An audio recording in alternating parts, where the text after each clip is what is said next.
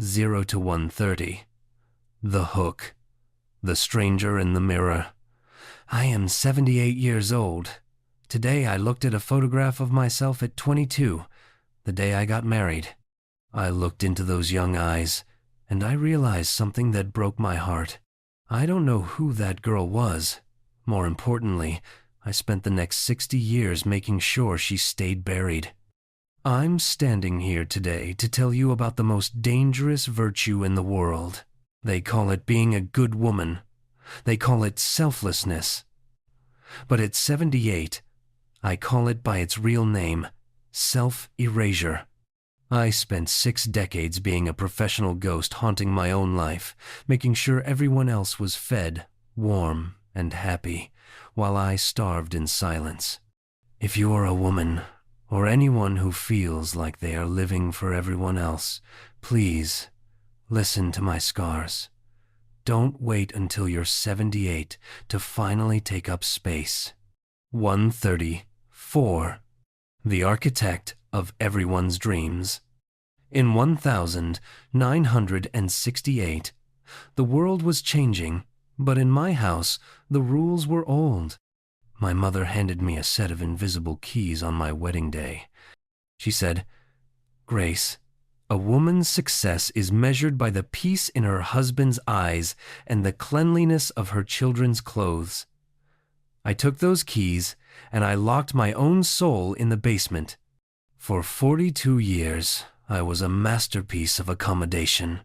I knew exactly how my husband liked his coffee.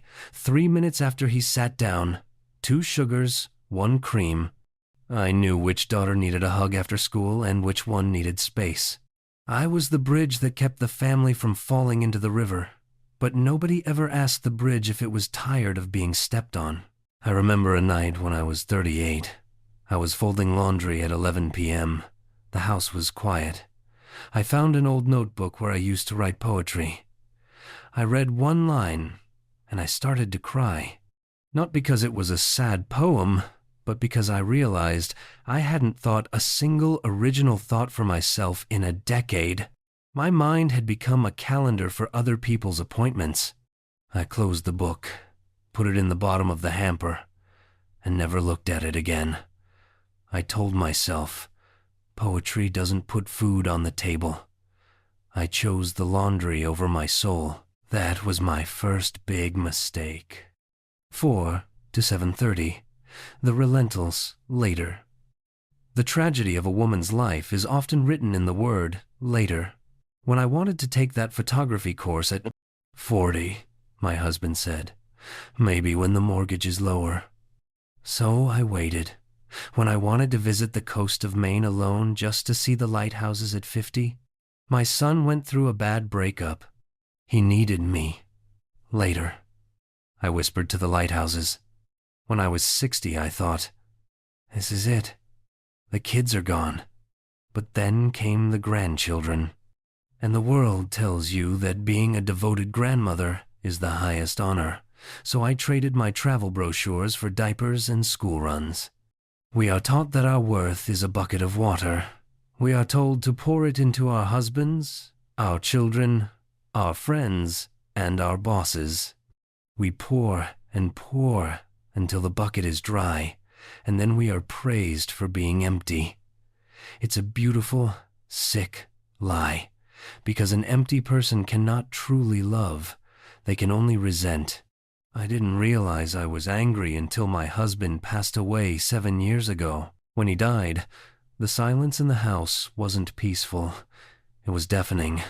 I sat in his recliner and realized I didn't even know what my favorite television show was. I had watched what he wanted to watch for 42 years. I was a 71-year-old woman who was essentially a newborn. I had no identity of my own. 7:30, 10. The reclamation. The oldest freshman. 18 months after the funeral, I did something radical. I bought a camera, a professional one. My daughter said, "Mom, isn't that a bit complicated for you?" I looked at her, the daughter I had raised, the woman I had sacrificed everything for, and for the first time in my life, I said, "I don't care what you think. I enrolled in a community college. I walked into that classroom with my gray hair and my wrinkled hands, sitting next to 19-year-olds who looked at me like I was a relic. But inside, the girl from 1968 was finally breathing. I started saying, "No. Mom, can you watch the kids this weekend?" "No, darling. I have a gallery opening in the city." The sky didn't fall. My children didn't stop loving me. In fact, they started respecting me. They realized I wasn't just a resources. I was a person. I spent 60 years being perfect.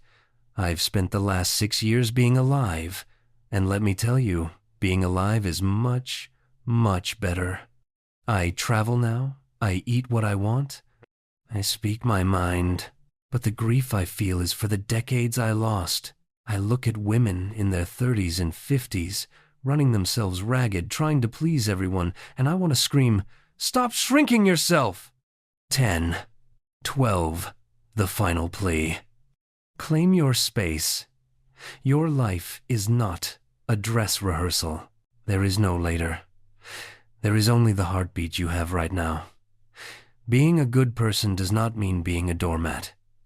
You can love your family and still love yourself. In fact, the best gift you can give your children is the image of a mother who respects her own dreams. Don't wait for the funeral. Don't wait for the permission slip that is never coming. Nobody is going to knock on your door and say, "Okay, Grace, it's your turn now." You have to seize it. You have to be selfish enough to exist. I'm 78. My time is short. But these last 6 years have been the most honest years of my life. I am finally Grace. Not Mrs. Miller. Not Mom. Not Grandma. Just Grace. Please, don't take 60 years to find yourself. Start today. Say no to something that drains you. Say yes to that tiny voice in your head. Because at the end of the road, the only person you have to answer to is the girl in that old photograph.